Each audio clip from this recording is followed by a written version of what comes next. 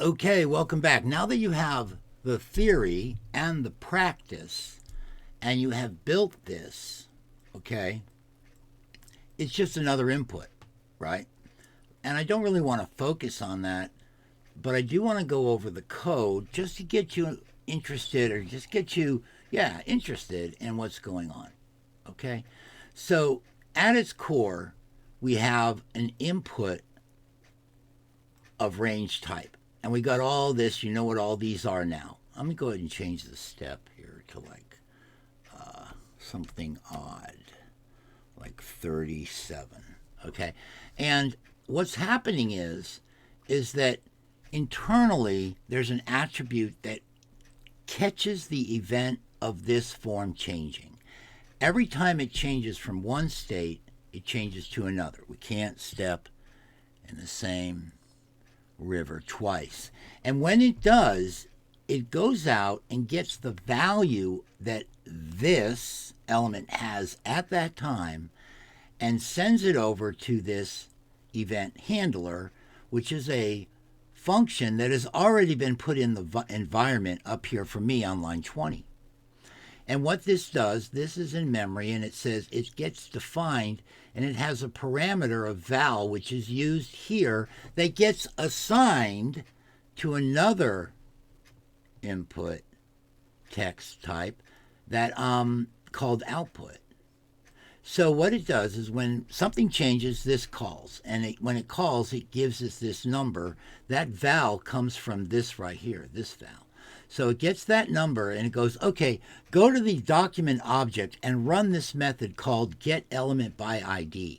And it goes into cache in real time, grabs that object and brings it back because it knows where the index output is, right? And grabs it and in a sense has control of that object, and then it goes into the value of that object and assigns it. And that's where this equal is. This isn't necessarily equality. This is an assignment of what? Of the value that it was given.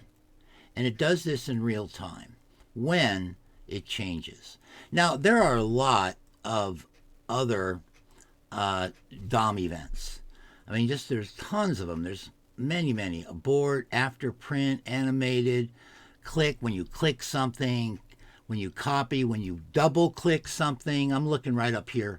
When you drag something, when there's an error, when an element gets the focus, that's an event. When somebody puts in input, when you press a key down, when the key comes up, so you press it down and it comes up. So that's all an event. Looks like it messed things up there. So input type. There's also when you click a key, when the client occurs. Okay, those are attributes. Excuse me. There's just a lot. When you move the mouse, over something, that's an event. So there are lots of events that occur in the DOM. The DOM is the path to any element in the cache. The document object model is the path. So when stuff happens here, down here, where is it? Here. When anything happens in the body, out in the page. Let me go to the page. Do I have it up? Yeah, I do. That's an old one. Let me hit refresh. So when anything happens, when I move the mouse, it's all an event for every position. When I move something, that's an event. When I scroll, which I really can't do here, right? Well, I guess I can scroll. When I scroll, that's an event. And event handlers, right here, we have an event handler that's actually inside the... Now, we normally don't put them there. There's other better, more nicer ways to get them, but then we react to them with a function. Now, this is a little bit... We went beyond the scope of this course just to give you an idea of what the HTML code is. So this is a really simple project. Go ahead and submit index_1.8b.html, and that's it for now, and I'll see you in the next module. So congratulations. It's short but sweet. Okay. Thank you.